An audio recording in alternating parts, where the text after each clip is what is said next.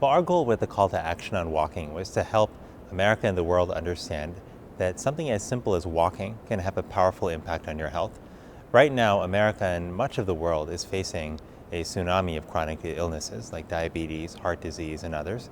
And these are responsible for 7 out of 10 deaths and over $1 trillion in healthcare costs in our country alone.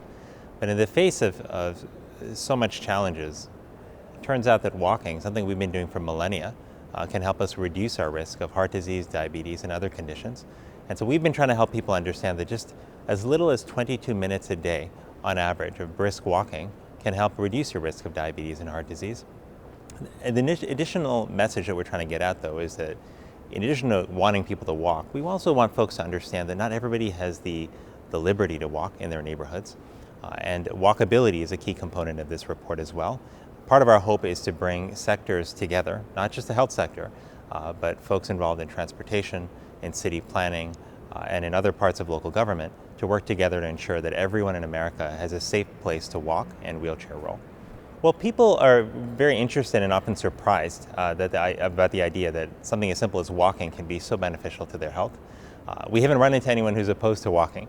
What we have run into are people who say that it's not always so easy to walk where they live. For example, yesterday or a couple of days ago spent some time with some kids who were visiting from Florida. These were middle school and high school students. And when I asked them about whether it was easy for them to walk in their neighborhoods, whether they felt safe, half of them raised their hands to say that they did not feel safe walking in their neighborhoods. So what we see again and again across the country is that safety is a barrier to folks walking. Another barrier is infrastructure. 3 out of 10 people in America live in neighborhoods that don't even have sidewalks.